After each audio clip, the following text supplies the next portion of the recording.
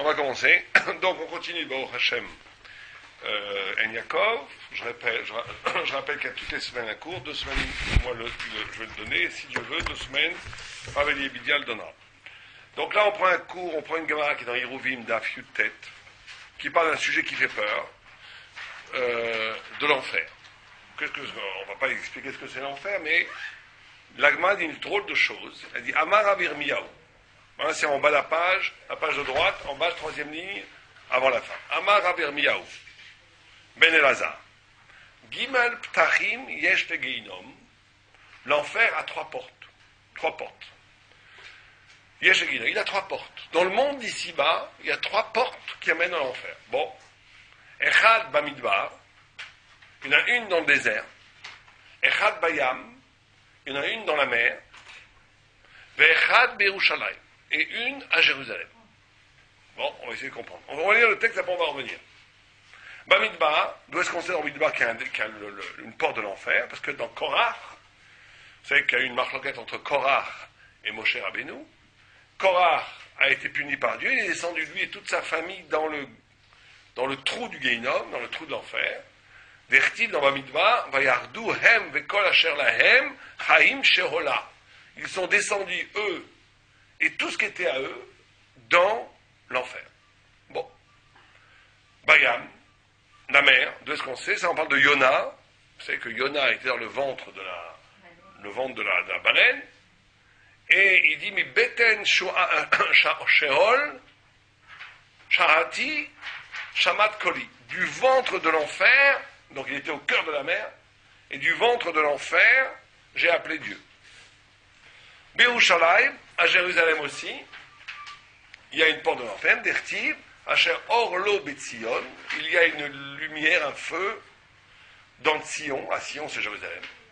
Vetagurlo Berushalayim, et Tanourlo, et il y a un four brûlant à Jérusalem. Vetana, il a enseigné des Rabbi Ishmael, dans la maison de Rabbi Ishmael, Asher Orlo Betzion Ze Geinom, le feu ou la lumière qu'il y a à Sion, c'est le Geinom, c'est l'enfer.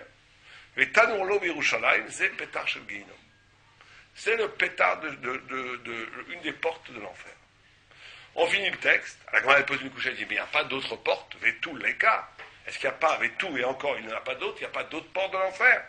Ah, pourtant, il a dit Rav Mourion, Amar Rabbi Yoshua ben Levi, Amar Letana, Berabi Rabbi Yochanan, on amène des rabbinim qui disent, Ben Zakkai, Bet Marim, il y a 2 palmiers.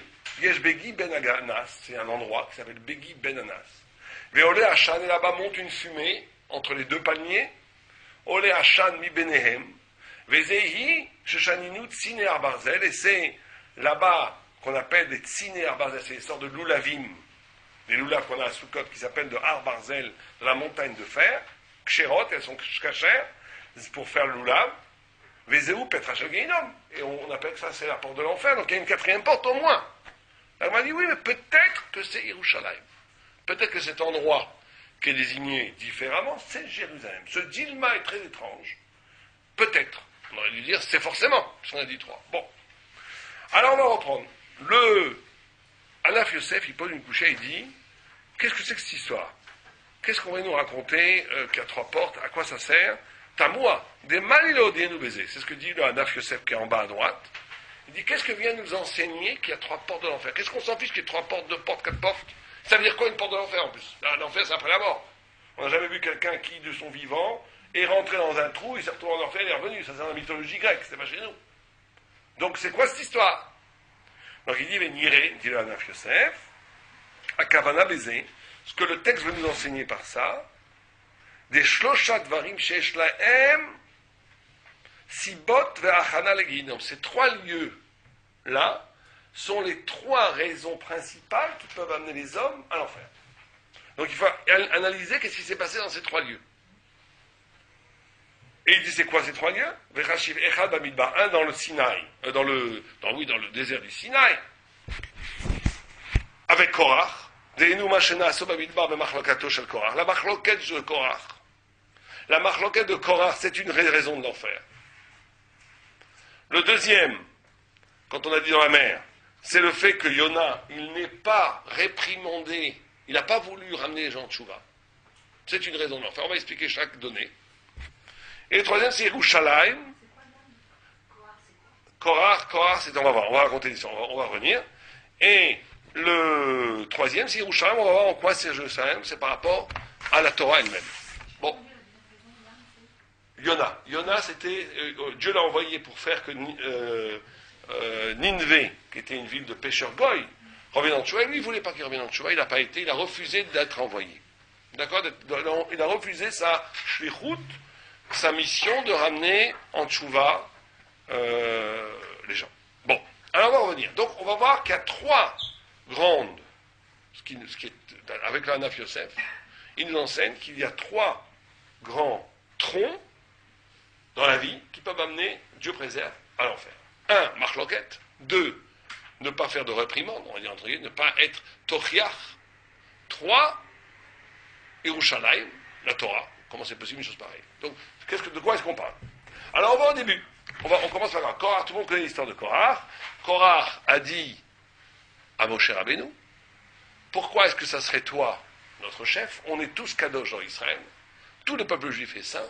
Je ne vois pas pourquoi toi, tu prendrais le pouvoir. Comme ça, Korach a dit à Moshe. Et Moshe a répondu, si j'ai raison, que Dieu vient de dire que j'ai raison. Et il y a eu cette histoire où eux, ils étaient sûrs d'avoir raison au point qu'ils étaient prêts à affronter le test divin. Puisqu'ils sont venus avec leur korban, chacun est venu avec son korban, et un feu est sorti, a brûlé Korach, et la terre s'est ouverte, toute lui et sa famille sont tombés dans le feu. Donc, mais c'est pas n'importe quelle marloquette, parce qu'il y a des marloquettes qui sont bonnes, il y a des marloquettes Hashem Shamaïm, il y a des marloquettes qui sont bien. Donc, qu'est-ce que c'est que cette histoire? Et pourquoi la marloquette? On aurait pu dire la Shodara, on aurait pu dire le Shabbat, il y a des milliers d'avérots dans la Torah. Pourquoi prendre d'Afka, précisément, cette marloquette? Alors là, il faut comprendre, on va prendre 10 minutes, un quart d'heure pour comprendre la première des trois raisons. C'est une gamme importante, quand je l'ai vu, je dis il faut l'étudier parce que ça peut nous arriver, c'est quelque chose qu'on vit, qu'on peut vivre tous les jours. Donc, en quoi une forme de marloquette peut être là l'ouverture de l'enfer? Vous savez qu'il y a écrit Velakar Korach. Korach a pris. Le Targum, il répond Veitpaleg Palaga. Itpaleg. Il s'est séparé Korach. On va essayer de comprendre qu'est-ce que c'est cette notion de séparation et de marloquette. Marloquette comme chalou, comme coupé. Comme coupé. Alors, on va essayer de comprendre. Vous savez que Dora Palaga, le Targum dit, on renvoie, Dora Palaga, c'était la génération qui a fait la tour de Babel. Qui a voulu, dans la tour de Babel, il y a trois explications à la Torah. Pourquoi? Qu'est-ce que c'est que cette tour de Babel? La tour de Babel, c'était en tous les cas, qui dit qu'il voulait faire la guerre contre Dieu, d'autres qui disaient qu'il voulait se faire un nom, il voulait couper le ciel et la terre, et un troisième qui disait il voulait au contraire faire un lien, mais un lien qui nierait complètement Dieu, vous mettre tout sur terre. Et le Maral de Prague explique la chose suivante, il dit Dora Palaga, c'était une génération, c'était Nimrod, le chef. Nimrod, c'était le roi de Dora Palaga, de la tour de Babel. Et lui, il a dit comme ça, il a dit Dieu nous a donné la liberté. Donc s'il nous a donné la liberté, nous on va consommer cette liberté jusqu'au bout, au point où on va mettre Dieu au pied du mur. Dieu, il a dit, il a créé un homme dans le Liban. Il peut devenir tzaddik, il peut devenir rachat. Donc, ce qu'on va faire, c'est qu'on va devenir tous rachats. Et si on devient tous rachats, on va avoir le bon Dieu. On va l'avoir. Parce qu'il sera bien obligé d'accepter une humanité qui soit tous rachats. Puisqu'on est tous rachats. Si on devient tous rachats, alors il y a bonsoir. Donc il n'y a plus de possibilité du bien et du mal. Il n'y a plus que le mal. Et nous, on a décidé que c'est comme ça. Mais un des conseillers de Nimrod a dit, oui, mais attention, il y a un problème. Quel est le problème?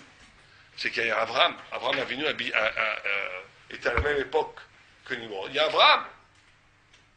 Abraham, il n'est pas rachat.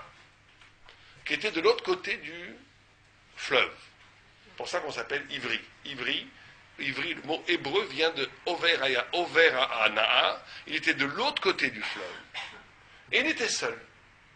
Et Nimrod, il a rigolé, il a dit cette Pradazo El Atid, cette mule n'a pas de futur, parce qu'il était stérile à l'époque. Donc il dit Abraham, il n'a pas de futur. Donc il ne compte pas. Quelqu'un qui n'a pas d'enfant, il ne compte pas. Puisqu'il n'a pas d'enfant, il n'aura pas d'enfant, il n'a rien, c'est une mule. Il n'a aucun avenir. C'est nous l'avenir de l'humanité. Et nous, on a décidé d'être tous rachats.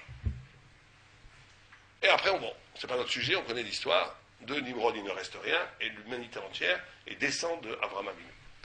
Mais ce qui est important, le Maharal explique une chose fondamentale. Il dit, qu'est-ce que voulait Nimrod? Nimrod, qui est bien, regardez l'erreur de Nimrod qui était terrible. Il disait, on n'a pas besoin du haut, on n'a pas besoin de Dieu pour créer une société absolument suffisante, autosuffisante. C'est-à-dire que la notion de Nimrod, c'était de créer une civilisation, une société, une humanité qui n'a pas besoin du haut, qui n'a pas besoin de Dieu. On peut s'auto-définir, on peut s'auto-satisfaire, on peut être nous-mêmes la référence de tout. Et vous savez que ça, c'est la racine même du mal. Vous savez que dans le rêve de Daniel, Daniel voit tous les 4 empires qu'on va traverser. Il fait 2 rêves, Daniel. Un, il voit des bêtes, il voit un aigle, il voit un ours, il voit une panthère noire, et après il voit une bête terrible qui mange les 3 premières et qui a la puissance des 3 premières. C'est-à-dire qu'il voit les 4 empires. Il voit l'aigle, c'est Babylone. Babylone, c'est cette notion de hauteur, de poésie, de beauté, de gloire. C'est Nabuchodonosor qui faisait tout pour la gloire. Après, il voit la Perse, qui est comme un ours. C'était une société où tout passait par la consommation, manger, manger, manger. Après, il voit la panthère noire, qui est la Grèce. C'est la chutzpah, l'insolence de la pensée grecque qui croit que tout ce qu'il voit existe, tout ce qu'il ne voit pas n'existe pas. Et après, il voit l'Occident, nous, et d'hommes, jusqu'à aujourd'hui, qui est une civilisation qui va tout prendre un peu de la Grèce, un peu de la Perse, un peu de Babylone, et tout récupérer. Dans le deuxième rêve, il voit une statue. Il voit la tête d'or, c'est Babylone. Il voit le tronc, c'est la Grèce. Il voit les 2 mains, c'est la Perse. Et il voit les 2 pieds en bas, où il y a Esav et Ishmaël. Esav et Ishmaël, qui vont amener le Messie, puisqu'il marche. Il marche en... Asseyez-vous, messieurs. Il y a la place ici. Assieds-toi là, c'est bon.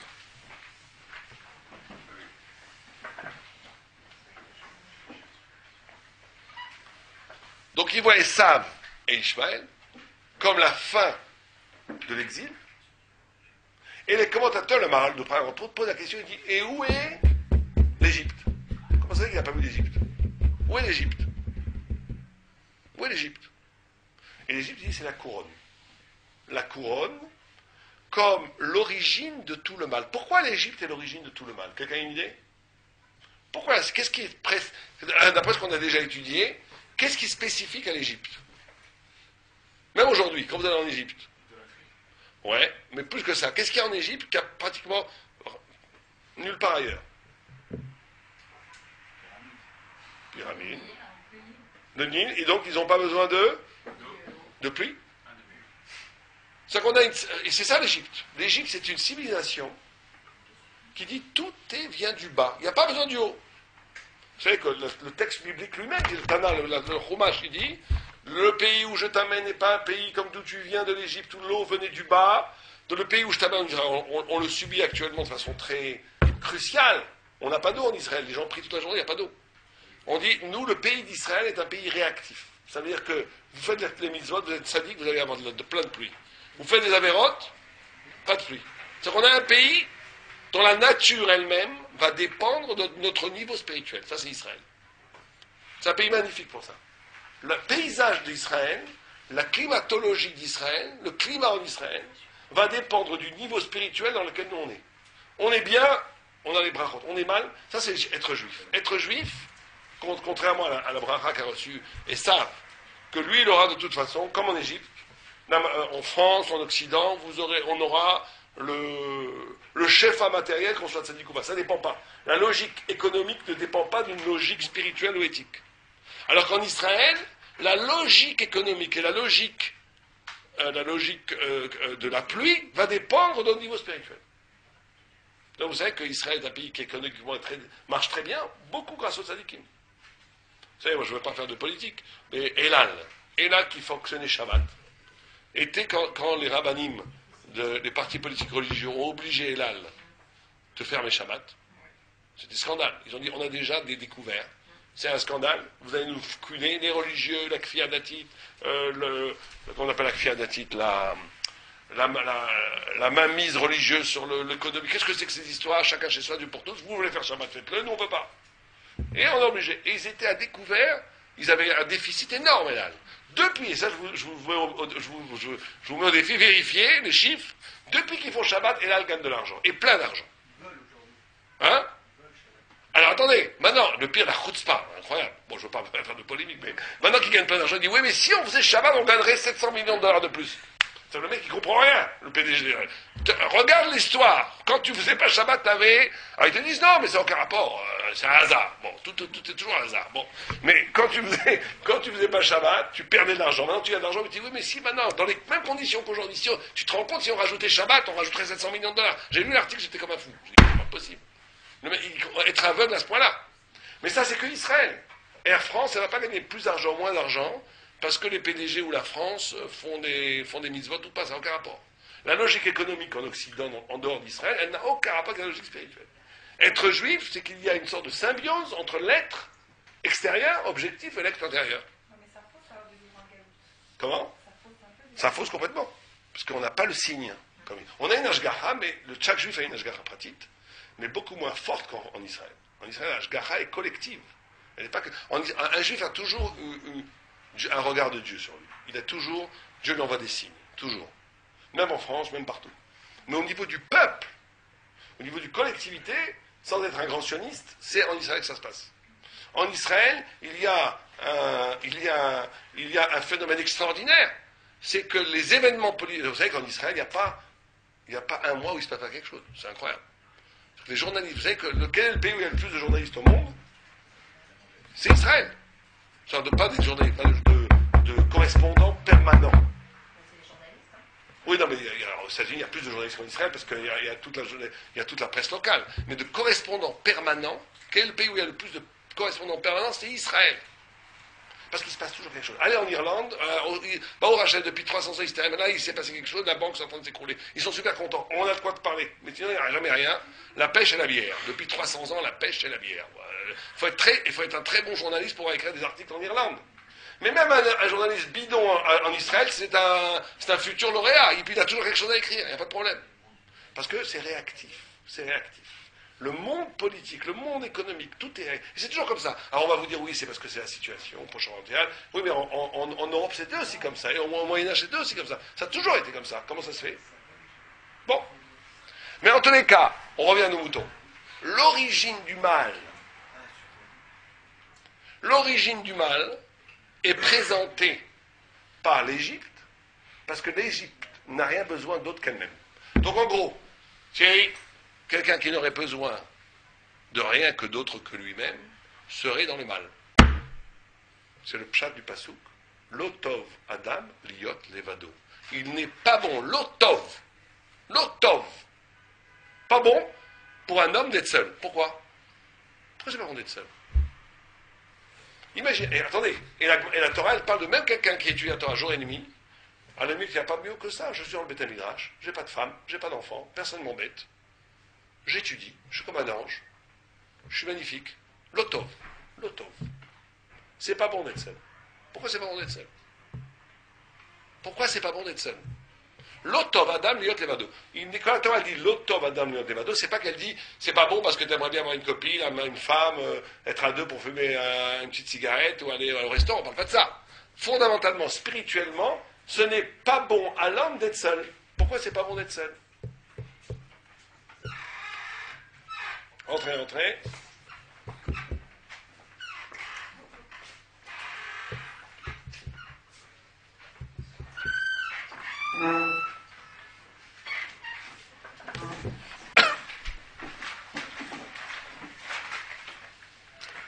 Donc on se posait la question, pourquoi c'est pas bon d'être seul? Allez-y, il faut participer, vous pouvez donner des idées. Monsieur, pourquoi c'est pas bon d'être seul, d'après vous? Le pasouk dit, Lotov Adam liot levado. Il n'est pas bon pour l'homme d'être seul. Pourquoi? Pas marié. Pourquoi? Vous avez raison, mais pourquoi? Pourquoi est-ce qu'il faut être à deux? Quelqu'un il étudie la Torah. Il est au Beth Midrash. Il est millionnaire, il n'a besoin de rien. il a des servants qui lui amènent à manger, il étudie, il est en extase, il prie toute la journée, il étudie. Quoi de mieux au monde? Qu'est-ce que ça donne une femme? Comment? Pourquoi, justement? Pourquoi? Parce que c'est la moitié d'un homme, il lui faut l'autre moitié. Il lui faut l'autre moitié, oui. Mais vous comprenez, ici, on parle des racines même du mal. Puisqu'on dit que l'Égypte, qui est la couronne du mal, c'est la couronne du mal. L'Égypte, c'est la couronne du mal. Et c'est la couronne du mal parce qu'en Égypte, il y a tout ce qu'on veut. Mais justement, en lui faisant voir le mal qui est la femme, ça fait aller bien. Pourquoi la femme, c'est pas mal, ça, méchant? Là, vous l'avez traumatisé, votre femme. Vous n'êtes pas tunisienne? Et vous êtes macho, là. Non, parce que c'est très simple. C'est très simple. Oh, parce qu'un homme a besoin. C'est pour ça qu'il y a écrit Ezer Kenegdo. Une femme est en même temps Ezer, une elle est contre lui. Elle est les deux en même temps. Elle est ce qui va lui permettre de ne pas justement être un homme qui serait même très gentil, mais qui ne serait que pour lui-même, que dans lui-même, et qui serait incapable de se définir, de faire un acte pour quelqu'un d'autre, ça serait la racine même du mal. C'est-à-dire que l'obligation, le mariage, mais quand on dit c'est pas que le mariage, la femme c'est l'épreuve la plus forte. Mais l'autre, l'homme devient lui-même quand il est capable d'être pour un autre. Quand il n'est pas que pour lui.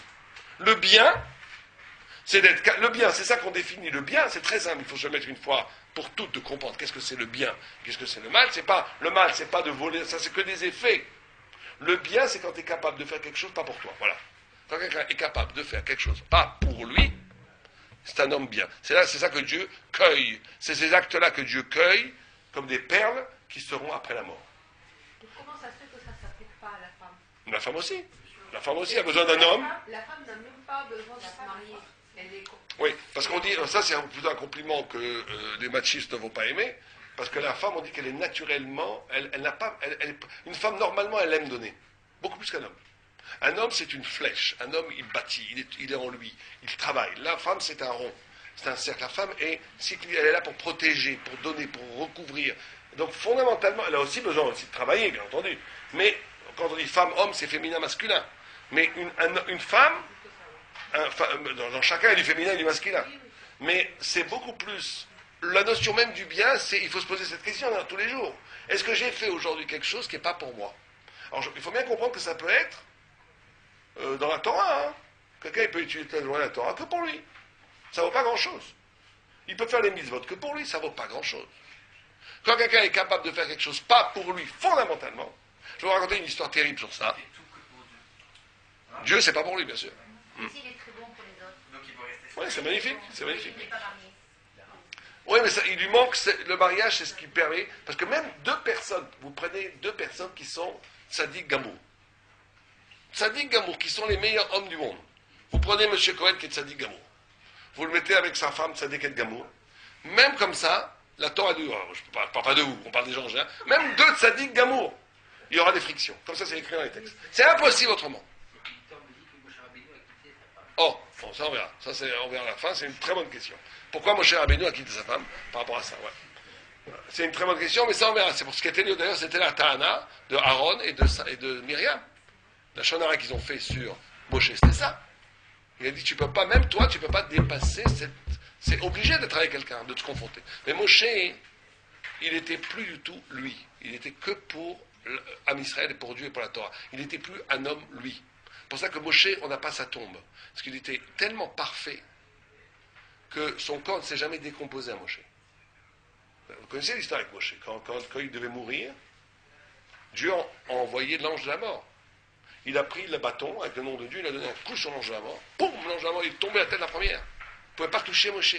Moshe, l'ange de la mort, il est remonté voir Dieu, il a dit, mais je ne peux pas toucher cet homme, il est immortel. Pourquoi? Parce que vous savez que la mort ne rentre que s'il y a une craquure. C'est quoi la craquure? C'est une craquelure que si on a fait une péché, on a fait une petite achona, ça y est, l'ange de la mort, il rentre, il n'y a pas de problème. On a fait une petite avéra, il rentre. Toujours. Mais quelqu'un on ne peut pas imaginer ce que c'est Moshe. Imaginez un homme pendant 120 ans, qui n'a pas eu la moindre faiblesse, qui n'a jamais dit une petite parole qui n'était pas nécessaire, qui n'a jamais pensé une pensée qui n'était pas bien, qui n'a jamais... C'est inhumain. Imaginez un homme qui n'a... Même les péchés qu'on lui reproche, ce n'est pas des péchés par rapport à l'ange de la mort. qu'il a frappé le rocher. C'est juste des manques spirituels par rapport à Dieu. L'ange de la mort, il ne pouvait pas rentrer. C'est-à-dire que même le grand sadique, l'ange de la mort, il rentre parce que cet grand sadique a fait un jour un petit péché, il rentre. Il rentre dans cette craquure. Mais sans ça, il ne peut pas rentrer. Moshe Rabbeinu, c'est inimaginable. C'est un homme qui, pendant 120 ans, a été parfait. N'a jamais succombé à n'importe quelle tentation. C'est inimaginable, c'est inhumain, c'est fantastique. Mais c'est pour ça que lui, c'était le seul qui peut-être, à un moment donné, n'avait plus besoin de femmes. N'avait plus, parce qu'il était l'autre, c'était tous, c'était Am Israël, c'était Dieu, il était absolument donné tout le temps. Donc la racine du mal, encore une fois, c'est l'Égypte, parce que l'Égypte est une civilisation qui n'a besoin de rien d'autre qu'elle-même. Rien, j'ai besoin de rien d'autre que moi-même. Tout vient du Nil, il n'y a pas besoin de prier, il n'y a pas besoin de... Donc là, on reconnaît là la coupure. Il n'y a pas besoin du haut. Tout est dans le bas. Et le bien, c'est le comprendre que j'ai besoin de l'autre pour être et que j'ai besoin de donner pour devenir. Ce qui est tout à fait paradoxal. Plus quelqu'un ne va pas donner, plus quelqu'un va se garder, plus quelqu'un va être égoïste, plus il va se perdre, moins il va être lui-même. Plus quelqu'un va donner, plus il va se retrouver. Parce que l'homme, en essence, il n'est pas une chose comme un animal, il est ouvert vers Dieu, vers l'infini. Donc quand il donne, il devient lui-même, parce qu'il se trouve que Dieu ne fait que donner, donc il ressemble à Dieu. Donc il devient lui-même en donnant. Moins quelqu'un donne, plus il s'efface à lui-même, plus il perd son identité. Et l'Égypte, c'est la racine du mal. Sodome et Gomorrhe, par exemple. Deuxième exemple. On va voir que Rachid dit, Korah, Reta, on va voir ce qu'on va faire Korah. La première chose du Guéhinam, vous savez que Sodome, on dit que c'était des affreux joujou, mais pas du tout, c'était des affreux joujou. Mais ils avaient une philosophie très très très nette. Par exemple, ils interdisaient à un homme de donner la tzedaka. Celui qui donnait la tzedaka, on lui coupait le bras. Celui qui donnait à manger d'une deuxième fois à un pauvre, on le tuait, etc. Pourquoi ils étaient contre la tzedaka? Parce qu'ils considéraient que l'homme, en essence, était un homme qui devait s'auto-suffire. Ils considéraient qu'un homme qui avait besoin de la tzedaka pour vivre, c'était une profanation de l'image humaine.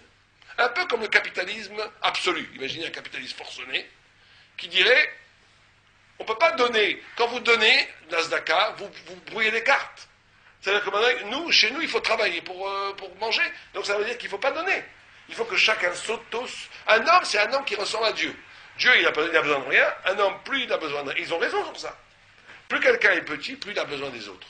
Plus quelqu'un est grand, plus il donne et moins il prend. Plus quelqu'un est petit, plus il prend, moins il donne. Ça s'arrête jamais. Vous voulez connaître quelqu'un de petit ou de grand, voyez combien il donne, combien il prend. C'est un bébé qui vient de naître, il fait que prendre. Il y a des gens, ils restent bébés toute leur vie. Prendre, maman, papa, tout le temps, prendre, ils donnent rien. C'est des bébés. Ils n'ont jamais grandi. Quelqu'un qui grandit, il donne. Quelqu'un qui grandit beaucoup, il donne, il n'a plus besoin de rien, il donne. Donc il ressemble à Dieu. Parce que Dieu ne fait que donner, il n'a besoin de rien. Or, Sodome, ils ont reconduit ça, mais au maximum. Ils ont dit, un homme qui donne la tzedaka, c'est une horreur. La tzedaka, elle détruit, dans ce qu'il y a de plus noble dans l'homme, d'être indépendant. Donc on le tue. Puis ce qu'ils n'ont pas compris, c'est qu'on est tous des schnorreurs. C'est ça qu'ils n'ont pas compris. On a toujours besoin des autres. On est tous des schnorreurs, on a toujours besoin des autres. On a toujours besoin de prendre et de donner. Et on va voir pourquoi. Ça, c'est l'essence même du bien, d'être toujours obligé de prendre et de donner. Et donc, ce que dit Korah, ce qu'a fait Korah, c'est avec les fautes dans le désert. Ce qu'a fait Korah, c'est qu'il a reconduit la faute. Écoutez-moi bien, c'est le point important. Il a reconduit la faute de Sodome et Gomorrhe et la faute de Dorapalaga dans Am Israël. Dans Am Israël. Qu'est-ce qu'il a dit? Il a dit, mais on n'a pas besoin de Moshe. C'est-à-dire, qu'est-ce qu'il voulait dire qu'on n'a pas besoin de Moshe? Par rapport à ce qu'on vient de dire. Allez-y, je vous fais réfléchir. Pourquoi? Oui, alors? Ouais. On n'a plus besoin du lien. Moshe est un lien entre... Vous savez ce qu'il disait Korah? Korah, il disait, et on croit que c'est une blague, mais c'est très profond. Il disait, celui qui est tout bleu, un talit tout bleu, vous savez que l'essence du tzitzit, c'était le fil bleu qu'il y avait sur le tzitzit. Et ce fil bleu nous rappelait Dieu, nous rappelait la mer rappelait le ciel rappelait le trône de la gloire, le trône de la gloire ramenait à Dieu. C'est ça la fonction du tzitzit. C'était une sorte de réveil poétique, de réveil à l'origine divin. Le bleu, c'est que le bleu, comment on dit bleu en hébreu? Voilà, ça c'est moderne, mais le terme biblique, techelet. Techelet, ça a quoi comme racine? Tachlit. Tachlit, ça veut dire quoi? Le but. Ouais, comme tachles. Le but, non, venons-en au but, tachles. Ouais, le but. Parce que si vous savez que si vous prenez un espace infini, sans aucun obstacle, c'est bleu. C'est pour ça que le ciel est bleu. Le ciel est bleu. Si vous avez des nuages, il est plus bleu. Parce que ça, vous prenez un espace infini, c'est bleu. Le bleu renvoie au tachles. Il renvoie au but. Renvoie à... C'est le futur. Donc il disait, Korach, il disait, mais si on a un talit tout bleu, il a besoin d'un petit film. Je suis déjà tout bleu. Il disait une autre question, il disait, un endroit plein de Sefer Torah. Elle a besoin d'une mezouza. Moshe dit oui, il se moque de lui. Il lui dit, mais ça ne veut rien dire. Si on est déjà tellement plein de Torah, je pense moi à Dieu toute la journée, j'ai besoin d'une kippa pour me rappeler Dieu. J'enlève la kippa, j'ai plus besoin. J'ai besoin d'une kippa. Si je suis déjà tout bleu, j'ai besoin d'un petit film. Qu'est-ce qu'il voulait dire par là? Il voulait dire, si j'ai déjà toute la Torah en moi, j'ai besoin d'un lien avec autre chose que moi, la Torah est en moi, je n'ai pas besoin de Dieu. Enfin, je n'ai pas besoin de Moshe comme courroie de transmission à Dieu. Donc en vérité, de façon beaucoup plus spirituelle, de façon beaucoup plus compliquée, de façon beaucoup plus subtile, il réintroduisait dans le peuple juif lui-même cette notion de Sodome et Gomorrhe, coupée, on n'a rien besoin. On n'a pas besoin des uns des autres, chacun pour soi. Ou cette notion de Dor Apalaga, on n'a pas besoin du haut, on va bâtir un univers qui est autodépendant. C'est ça le pshat que Nimrod, on disait, Mekir et Kodo et Mordo. Il connaît Dieu, il veut se révolter contre Dieu. C'est que les grands Hachaïm, c'est ça. Les grands Hachaïm, c'est pas les gens c'est les gens qui, ils savent que Dieu existe, mais ils veulent aller contre lui. Je ne sais pas si vous connaissez sûrement Don Giovanni. Don Giovanni, c'est ça, c'est Nimrod. Don Giovanni, à la fin, dans la pièce de Mozart, dans le coin, il est là en train de manger de son steak et boire le vin, et la statue du commandeur vient le dire, lui dit, Don Giovanni, fais tchouva. Alors, un peu heureux, il leur dit, oui, pardon, je fais tchouva. Lui, il pousse la logique jusqu'au fond, il dit, je continue à manger. Don Giovanni, tu vas mourir. Pas grave, je mourrai, mais je mourrai en pleine fête. Et il meurt, le khmar. Mais en vérité, il est khmar, mais il pousse jusqu'au bout une logique d'indépendance. C'est comme ça. Il n'y a qu'un Talmud Chacham qui pourrait monter la pièce de Don Giovanni vraiment. Parce qu'ils n'ont rien compris, le vrai pshat. Le vrai pshat de Don Giovanni, c'est que le vrai rachat, il veut être absolument libre, coupé de Dieu. Tu m'as créé à l'image. On comprend d'où ça vient, ça. D'où ça vient? C'est que comme l'homme est créé à l'image de Dieu, il y a une grande tentation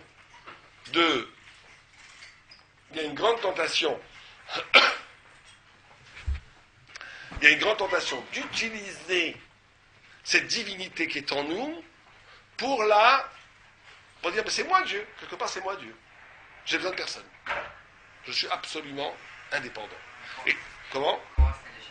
Oui, mais là où il s'est trompé, c'est qu'il a réintroduit dans la Torah cette notion-là, qu'on n'a pas besoin de nous-mêmes. On n'a pas besoin de Moshe, on n'a pas besoin d'intermédiaire. On est nous-mêmes Torah. Mais c'est ainsi qu'on nous fonctionnons aujourd'hui. Pas forcément. Parce que quand on prie chacun individuellement, en essayant de rentrer en soi, mais sans intermédiaire. Par exemple, par rapport Mais bien sûr, non, il ne faut pas dans la prière, il ne faut pas d'intermédiaire. On ne parle pas d'intermédiaire dans la prière. On parle, est-ce que vous avez besoin, pour comprendre la Torah, et même pour un projet, d'un rave? Est-ce que vous avez besoin d'une tradition? Est-ce que vous avez besoin de l'autre pour vous construire? Et là, et ça, on dit oui. Nous, on dit oui.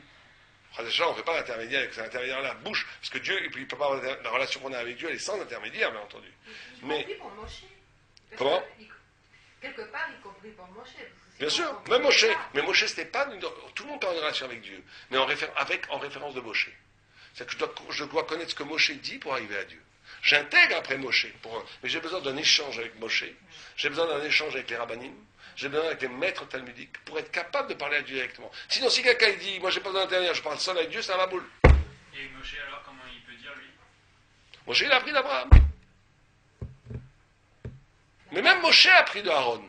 Même Moshe a appris de Myriam. Même Moshe a appris du peuple. Un grand maître, même si vous savez que le Gaon de Vilna, par exemple, qui était le plus grand de sa génération, il avait un problème, il avait besoin d'un rabbi. Donc il a choisi un rabbi qui était moins fort que lui, beaucoup beaucoup moins fort que lui, qui était un très grand rabbi pourtant, mais par rapport à lui, c'était un débutant. Et il lui disait, tu me fais du moussard. Toutes les semaines, il lui criait, j'ai besoin d'un rabbi. Tu as besoin de quelqu'un qui reflète la Torah, qui reflète quelque chose qui est plus que moi. Tu ne peux pas être que dans toi. Donc, la première porte du Guéhinom, pour nous concrètement, la première nom du Guéhinom, le premier nom de l'enfer, la première porte de l'enfer, c'est de vivre une vie où je n'ai pas besoin. La marloquette en étant le symptôme, la marloquette, c'est pas parce que. C'est toute marloquette, si on réfléchit bien, elle n'arrive toujours que comme ça. C'est que chacun se pose comme un absolu, et qu'il n'est pas incapable de voir la vérité de l'autre. Et donc les deux, boum, à moins que ça soit une marloquette des Shem Shamaim. Une marloquette des Shem Shamaim, c'est une dispute. Puisqu'on dit qu'un des trois noms du Guéhinom, c'est la dispute. Maintenant, un des trois portes qui mènent au Guéhinom, c'est la dispute. Toute dispute, elle arrive comment? Elle arrive que comme ça. À moins que l'autre soit un fou furieux, bon, mais c'est rare. La plupart du temps, il n'y a pas un fou furieux, il y a deux moitiés fous, deux moitiés de sadiques. La plupart du temps, c'est comme ça. Mais une marloquette, c'est toujours comme ça, c'est que je suis incapable de comprendre le point de vue de l'autre, incapable. Donc chacun, et l'autre aussi, donc ça fait pouf.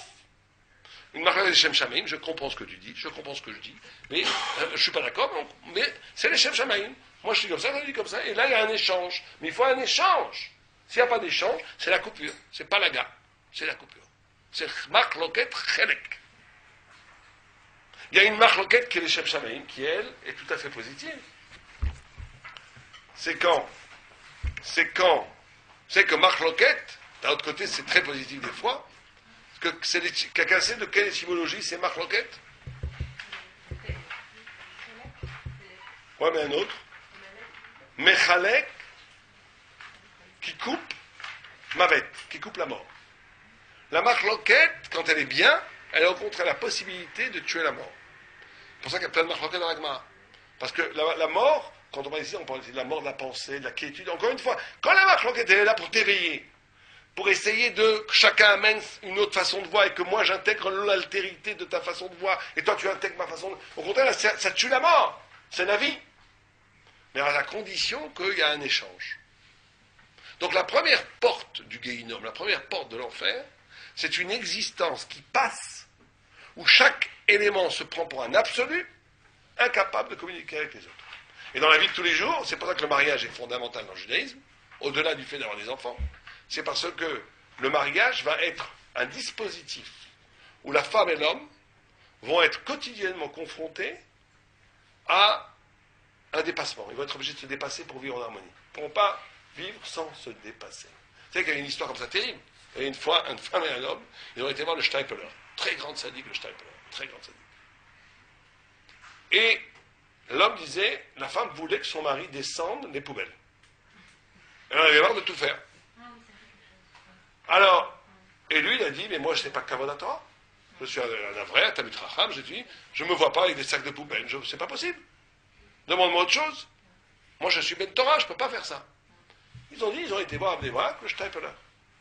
Le Steipler, il dit, écoutez, il leur a dit, où vous habitez? Alors, ils ont dit, 3e étage. Eux, ils pensaient que pourquoi ils demandaient l'adresse pour savoir si les gens verraient, quel étage, tout ce que vous voulez. Et il a réfléchi, il a dit, c'est pas Kavod Torah qui descendent les poubelles. C'est pas Kavod Torah. Le mari, grand sourire. La femme, bon, si le Rav dit, c'est une sadéka, j'écoute ce que dit le Rav. Mais elle ne comprend pas très bien, elle dit quand même, alors c'est moi, et c'est Kavod Torah, comment je descends? Bon, d'accord. Si le Rav a dit, il a dit. Bon, le Rav, il dit. Le lendemain, on rentre à la porte, on ouvre, qui c'est que le Steipler. Et ils disent, ils n'en reviennent pas.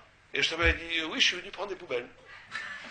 Et il a pris les poubelles, et depuis, ne vous en faites pas, le mari, il a pris les poubelles. C'est-à-dire que, vous comprenez?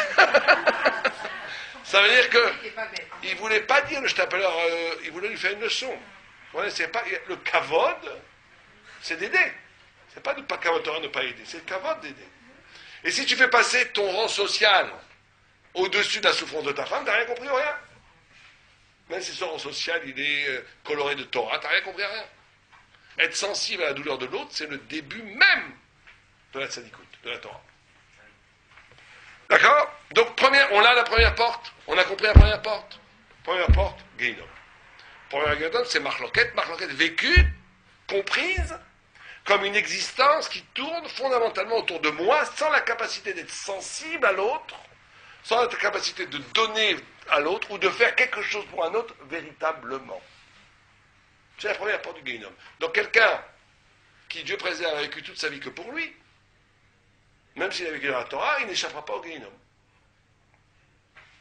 C'est pour ça que c'est très important. Les Balei Moussa, il dit c'est très important de faire une fois par jour, une fois par semaine, une fois par mois, une fois par an, de faire un acte complètement secret que personne ne voit, juste, tu fais une tzedaka, ou je sais pas, quand c'est trop facile peut-être, mais faire un acte, pas chacun à son niveau, faire un acte complètement désintéressé, voilà. Au moins une fois par semaine, complètement désintéressé, où tu n'as pas de retour, ni de carotte, ni de reconnaissance, ni rien du tout. Un acte complètement désintéressé. Parce que c'est l'ouverture même de la tzedaka.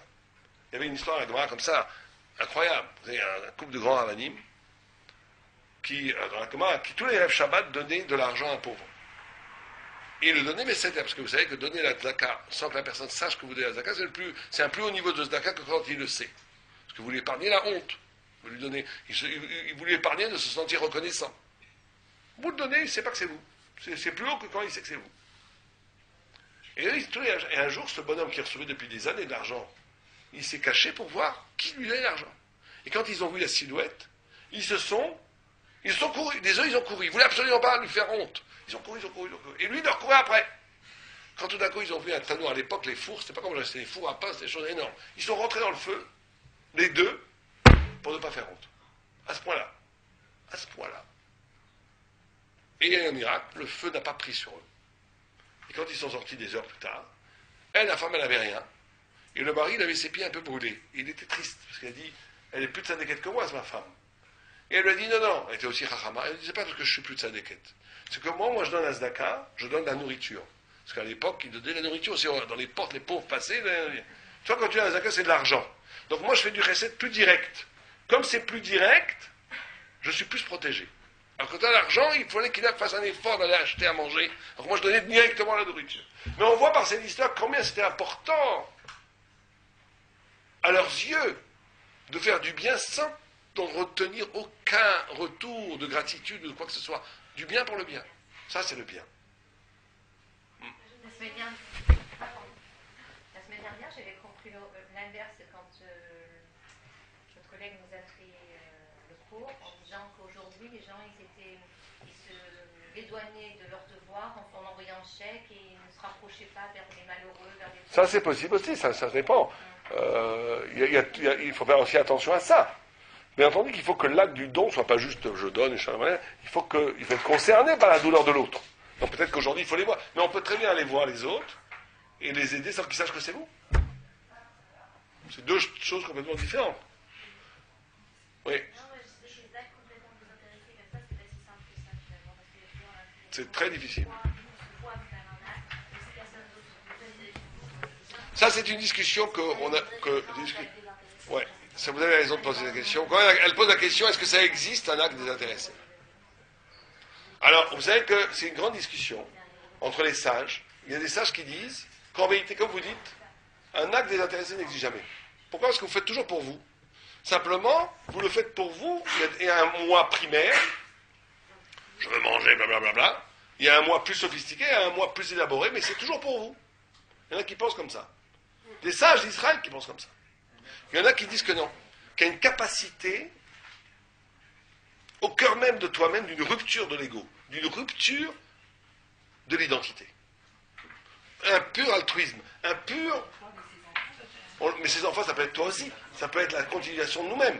Mais on le voit dans des moments, on l'a vu dans les... On le voit dans les camps. On la voit dans les camps de concentration, les cas extrêmes où il n'y a plus de socialité. Il n'y avait plus de socialité à ce niveau-là. Il n'y avait plus rien. Il n'y avait même plus rien. Et on a vu des gens qui ont fait des actes incroyables. Qui se sont privés de manger pour donner aux enfants. Parce qu'ils ne pouvaient pas avoir un enfant souffrir. Ça montre une capacité de rupture de l'ego, de rupture de l'identité. Bon, en tous les cas, c'est ça le bien. Deuxième chose, on dit dans le ventre du poisson, il y en a, donc la première porte du Gehinnom, on l'a. On a fait une en 44 minutes, on a besoin de faire deux en 15 minutes. Donc on va faire les deux rapidos. J'essaye de faire vraiment 1 heure pour que le schéma du cours soit 1 heure et pas plus. Donc il nous reste 15 minutes pour faire les deux autres. Mais on a fait plus après. Toujours comme ça, la première est toujours mieux servie. Donc la deuxième, c'est du ventre du poisson, la mer. Alors l'image de la mer et l'image de Yona, Yona, Dieu lui dit va à Nivné, va ramener ces gens en tchouva. Il ne veut pas qu'ils ramènent en tchouva.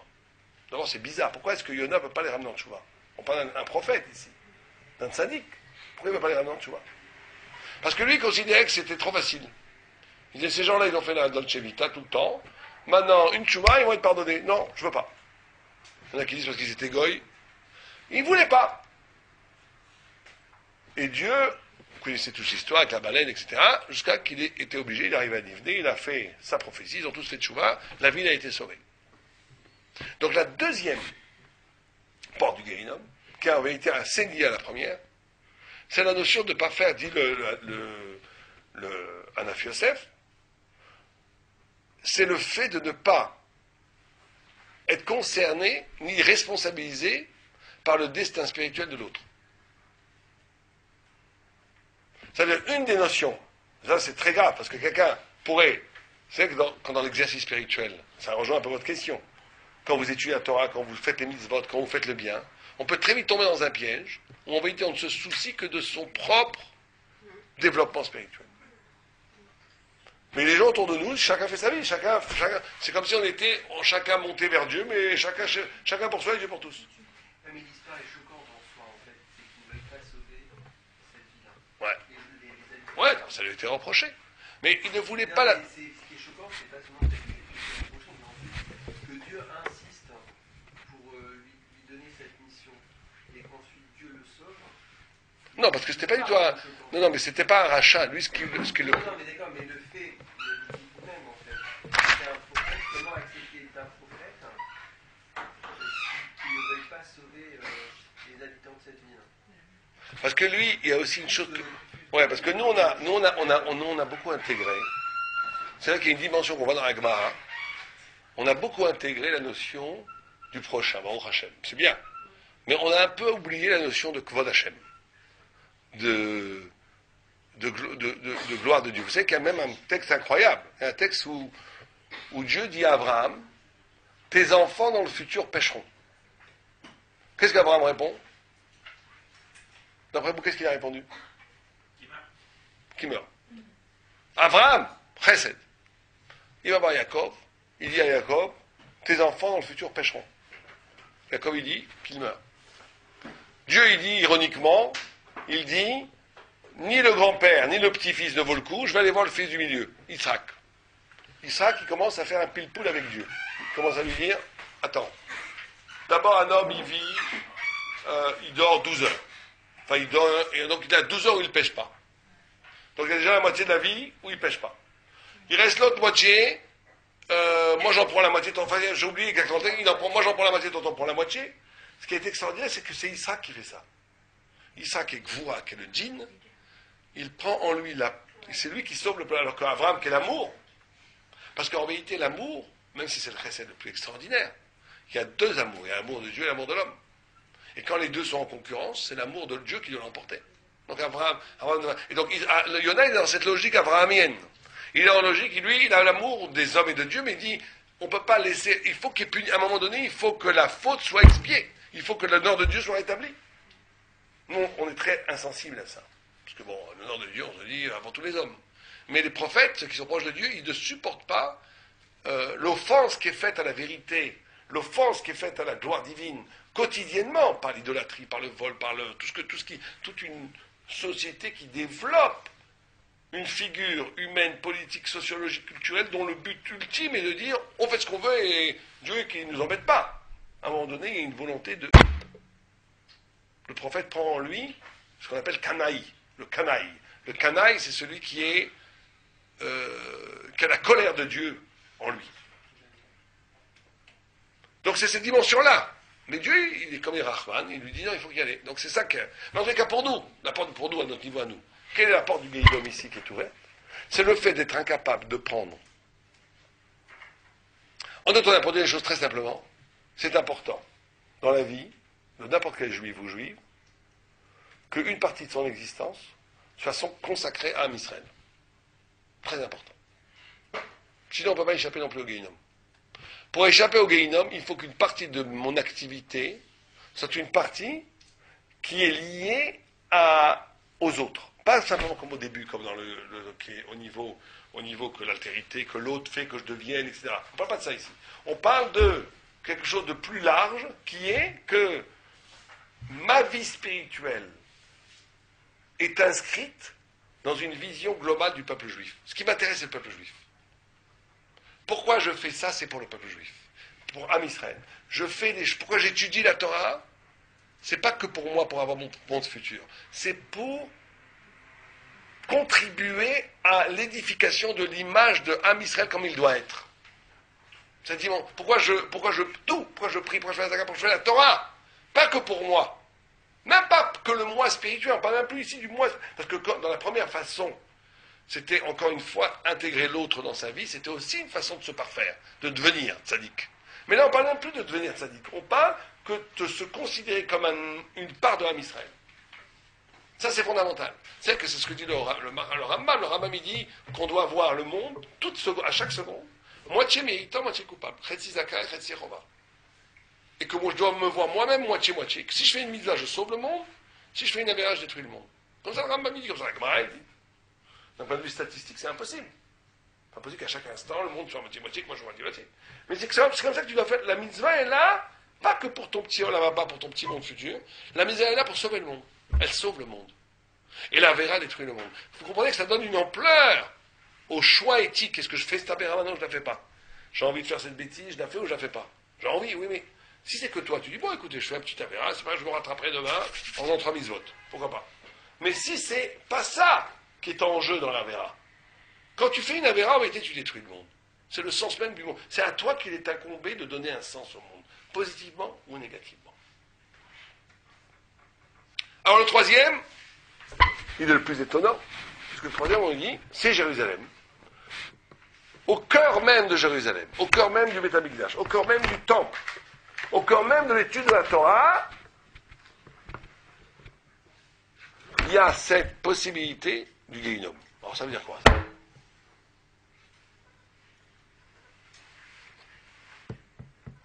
Vous connaissez l'histoire avec Rabbi Nachman de Breslav? Lui, il avait fait quelque chose, c'est pas bien, enfin, entre guillemets. Une voix céleste est sortie dans le ciel, elle a dit, tu viens de perdre ton monde futur. Imaginez que vous entendez Dieu qui vous dit, vous n'avez plus le droit au monde futur. Comment vous réagirez? Déprimé, ou quoi encore? Prier, tchouva. Qu'est-ce qu'il a fait, lui? Il a dit, il s'est tué, pas du tout. Il a pris une coupe de vin et il a dit, Chaim, c'est génial. C'est génial. Pourquoi? Parce que maintenant, je vais être Shem Shamaim. Je suis débarrassé de cette histoire du Olamaba. Bon, Hachem, maintenant, je suis Shem Shamaim. Dès qu'il a dit ça, une voix est tombée du ciel. Tu viens de regagner ton Olamaba. Enfin, en disant ça, on n'en s'en sort pas. Mais, en vérité, pour aller très vite, on va finir avec ça. La dernière porte du Gehinnom, il faut bien savoir qu'elle est au cœur même de notre étude de la Torah. Elle est au cœur même de la façon dont on prie. Elle est au cœur même du Beth Midrash. Elle est ici. Maintenant, à l'instant qu'on fait maintenant, on fait une mitzvah la plus grande, on étudie la Torah. Pourquoi? Parce qu'on est dans la table du roi. On est dans la table du roi, on est près de Dieu. Et quand il est près de Dieu, c'est plus du tout pareil. Quand quelqu'un, il est dans la Torah, il étudie la Torah, il est dans l'étude, alors en même temps, il a toutes les promesses magnifiques. D'un autre côté, il est à la table du roi. On ne se conduit pas dans la table du roi comme si on était en dehors. On ne se conduit pas dans le palais quand on est en dehors du palais. Quand on est dans la Torah, on est dans le palais. Ceux qui sont au Hachem, la chance d'être dans la Torah, ils sont dans le palais. Ils mangent à la table du roi. Et donc, dès qu'on est à la table du roi, n'importe quel geste, le Gehinnom est à 2 pas. À 2 pas. Parce que, comment tu as pu, en étude, vous comprenez, c'est dialectique. Plus tu vas étudier la Torah, plus tu sais comment tu as pu te laisser aller à dire une Lachonara. Quelqu'un qui ne sait pas, il vit, il ne sait rien. Bon, c'est naturel de dire une Lachonara, on va peut-être lui donner une petite claque après la mort, mais ça va aller vite de le purifier, parce qu'il n'a pas fait, il ne sait même pas, c'est un bourricot, il ne sait même pas ce qu'il fait. Mais quelqu'un qui est toute la journée, il a entendu la parole de Dieu, il étudie la Torah, il sait tout. Et quand même, tu te permets, oui. Est-ce que vous pensez que savoir suffit?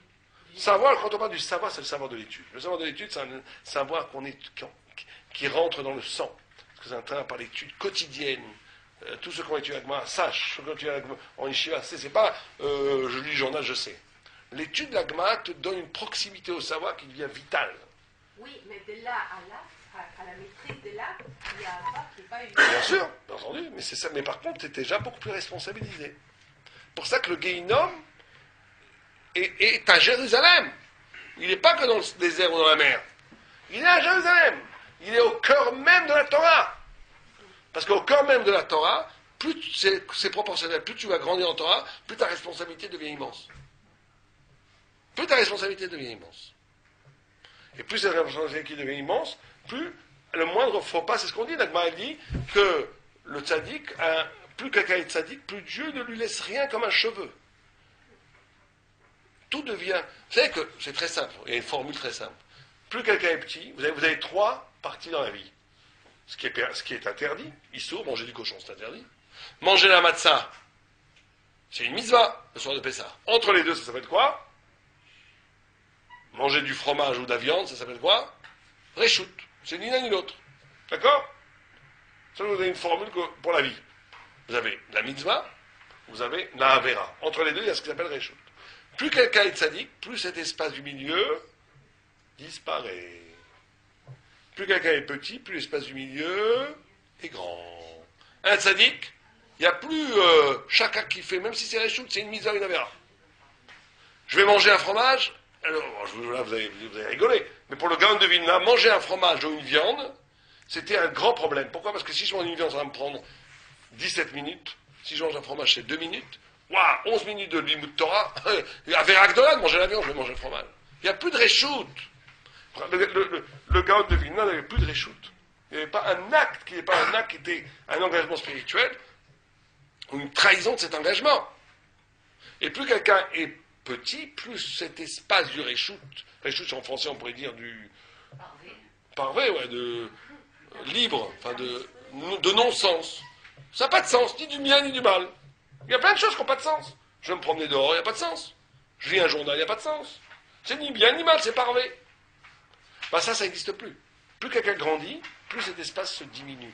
Et à un moment donné, se promener, il faut que tout prenne un sens. Tout prend un sens, comme je suis à un niveau, un tzaddik, quand quelqu'un étudie beaucoup la Torah, à un moment donné, il ne peut plus dire je vais me promener juste pour me promener. C'est un but tout le temps. Ou bien tu fais ça parce que tu as besoin d'une poétique, tu as besoin de l'air, tu as besoin de te ressourcer pour mieux étudier plus tard. Non, ça a oui un sens. Ou bien ça n'a pas de sens. Excuse-moi. Est-ce que Doeg et Achitophel, ils sont dans cette logique-là ou pas du tout? Qui? Doeg et Achitophel. Ah ben, c'était des grands tzaddikim, bien sûr, ils sont tombés pour un tout petit quelque chose aussi. Plus tu grandis, plus eux, ils avaient des milliers de justifications pourquoi ils ont fait ça. Simplement, au fin fond de l'âme, il y avait un petit problème. Et ils n'ont pas de part au Lamaba, elle dit la Gemara. Ouais, ça revient à la même chose. Ils ont trahi au cœur même de la Torah, parce que c'est des grands Talmid Chacham. Ils ont trahi la Malchut, David Amer. Et enfin, une dernière petite question, entre les deux paliers, pourquoi, c'est quoi déjà? Bon, ça Et pourquoi on dit que c'est peut-être une chaîne? Ah oui, alors pourquoi peut-être? Parce que justement, l'Agma va nous dire par là que tout ce qui est... L'Agma elle-même, dans l'humilité de l'Agma, du Talmud, dit tout ce qui est Gehinom, monde futur, tout ça, le monde... Même le Rambam, il dit personne ne le sait vraiment. On reste... Ne crois pas que quand tu auras maîtrisé ces trois notions, ces 3 pans du Gehinom, qui sont le premier, on va l'appeler, de ne pas te contenter d'une vie qui n'est axée que sur toi. 2, d'être une partie d'Eretz Israël, d'être une partie du Ram Israël. 3, qu'au cœur même de la Torah, d'avoir cette conscience, cet éveil que tu es devant Dieu, devant le roi, toujours, ne crois pas que quand tu as fait ça, peut-être qu'il y a encore d'autres portes. Fais attention. Sois éveillé.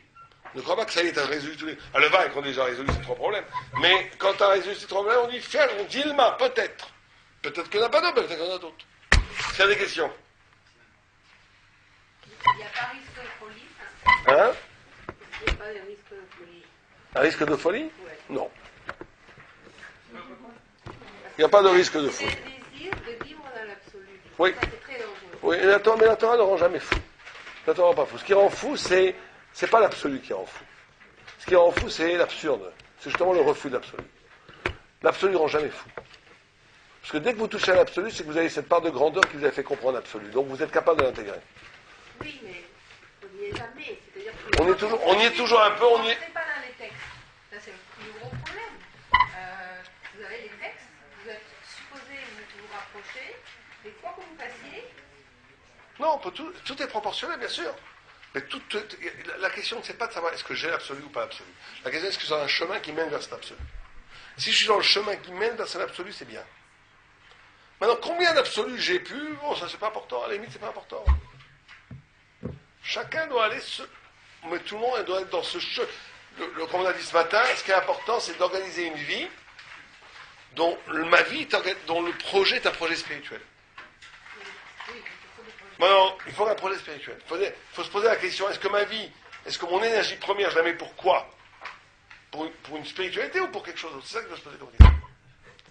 Question, c'est bon? Oui. Le sens de la quatrième chose qu'elle rapporte la Gemara, c'est quoi? Quelle quatrième chose? Le nom de Rabbi Yochanan ben Zakkai, là. Mais c'est la même chose, c'était cette fumée qui sortait des deux palmiers. C'est quoi? Alors, c'est ce peut-être qu'il y a un ailleurs, qu'il n'y a pas que ces trois. Ça, on en a parlé. Quand le tour, la semaine prochaine on fait court, on a fait 1 heure pile.